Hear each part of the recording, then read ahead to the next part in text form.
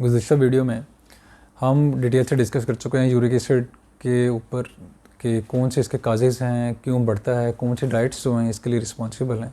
तो आज की वीडियो में इसके ट्रीटमेंट के ऊपर हम ज़रा गौर करेंगे कि क्या क्या फैक्टर्स हैं जिनको अपना के डाइट के अंदर, मेडिसिन के लिहाज से और लाइफस्टाइल के चेंजेस के साथ हम जो यूरिक एसिड के ऊपर बहुत अच्छे तरीके से काबू पा सकते हैं नेचुरली।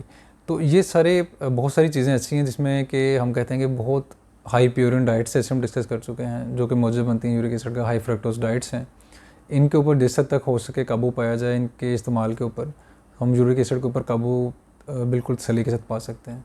सबसे पहली चीज़ है वाटर का इंटेक बहुत ज़्यादा ज़रूरी है। वाटर का जो है लेवल हाइड्रेशन का बहुत सारे मेटाबोलाइट्स को या बहुत सी टॉक्सिक जो बॉडी के प्रोडक्ट्स हैं उनको न्यूट्रलाइज करने में बहुत अहम रोल प्ले करता है।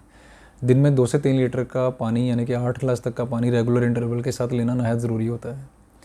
इसके अलावा रूटीन में जिस तरह हम जिक्र कर चुके हैं कि पाए हैं, न्यारी है, मगज़, कलेजी, दिल, गुर्दे, बीफ, रेड मीट है, समुद्री ग़िज़ाएँ हैं जिसमें सार्डिन्स, ये फ़िश वगैरह हैं, इनको कम मिकदार में लिया जाए। वो मरीज़ जिनका यूरिक एसिड ज़्यादा है वो इस डाइट को, इन चीज़ों को, ऑर्गन मीट को, रेड मीट को, समुद्री ग़िज़ाओं को बिल्कुल कम मिकदार में लेंगे तो उनका यूरिक एसिड एक नॉर्मल लेवल पे आने का चांस बहुत बढ़ जाता है।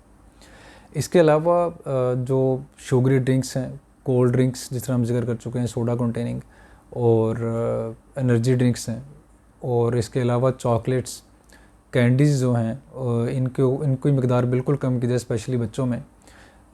तो बेकरी के जो प्रोडक्ट्स हैं वो अशिया जो मैदे से बनी हुई हैं, ये सारी जो चीज़ें हैं यूरिक एसिड में ज़्यादा का मौजू बनती हैं। तो यूरिक एसिड के मरीज़ इज्तनाब करें इन चीज़ों से कम लें या बिल्कुल ही अवॉइड कर लें। बेसिकली ये जो ड्रिंक्स वगैरह वाला मामला है और डब्बे वाले जूसेस वगैरह हैं, तो उसके साथ इनको बहुत ज़्यादा फ़ायदा हो सकता है। इसके अलावा पानी के साथ साथ जब रूटीन में हम कहते हैं कि आप एक्सरसाइज करें, तो उसमें हम जिन मरीज़ों को जोड़ों का दर्द है, गठिया का मर्ज़ हो चुका है, गाउट का, उनको हम कहते हैं कि बहुत एक्सर्शन वाली विग्रस एक्सरसाइज बेशक ना करें, आप कम से कम चहलकदमी कर लें। रेगुलर वॉक के साथ जब आप अपना वज़न के ऊपर भी अगर आपका ज़्यादा है उसको काबू पाएंगे तो उसके साथ भी यूरिक एसिड बहुत ड्रामेटिकली नीचे आने का चांस बढ़ जाता है। इसके अलावा हम कहते हैं कि वो डाइट्स जो मैग्नीशियम जिनके अंदर ज़्यादा पाया जाता है वो लेने से भी यूरिक एसिड कम होने का एहतमाल होता है। इसके अलावा घरेलू तौर पे नेचुरली कम करने के लिए बहुत सारे लोग शिया सीड्स का इस्तेमाल करते हैं, जिनको पानी में डाल के इस्तेमाल किया जा सकता है। तो ये भी जो है यूरिक एसिड में ड्रामेटिकली कम करने का चांस बढ़ाते हैं। इसके अलावा बहुत सी डाइट्स में जो सिट्रस कंटेनिंग फ्रूट्स हैं या बहुत सारे फ्रूट्स जैसे कि ऑरेंज है, सिट्रस वाला जो एक लेमन है, इसके अलावा आम है, अंगूर है, और जो बेरीज़ हैं ये बेसिकली इनके अंदर सिट्रस ज़्यादा होता है, यूरिक एसिड को कम करने में बहुत ज़्यादा मावन साबित होता है। तो इनके जूसेस वगैरह और ये ख़ुद इस तरह खाने से जो है यूरिक एसिड के कम करने का चांस बढ़ सकता है।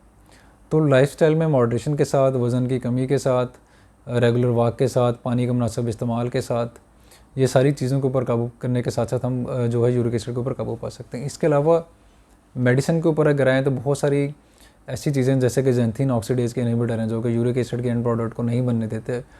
कुछ दवाइयाँ ऐसी हैं जैसे कि फेबुज़ोस्टेट है, ज़ैंथीन ऑक्सीडेज़ इनहिबिटर्स कुछ ऐसे हैं जो कि इसको रिवर्स कर सकते हैं। तो उनका रेगुलर इंटरवल पे हम मेडिसिन का बताते हैं कि वो आप ले लिया करें।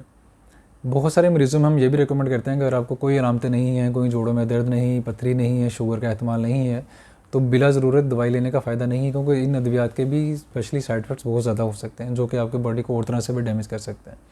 तो जब भी आप में अलामतें हों, यूरिक एसिड बेशक हाई है मगर अलामतें हैं तो ही उनको ट्रीटमेंट की तरफ विगरसली जाना चाहिए, वरना डाइट के साथ और जो रेगुलर हम लाइफस्टाइल में चेंजेस मैं बता चुके हैं उसके साथ ही आप इसके ऊपर काबू पा सकते हैं।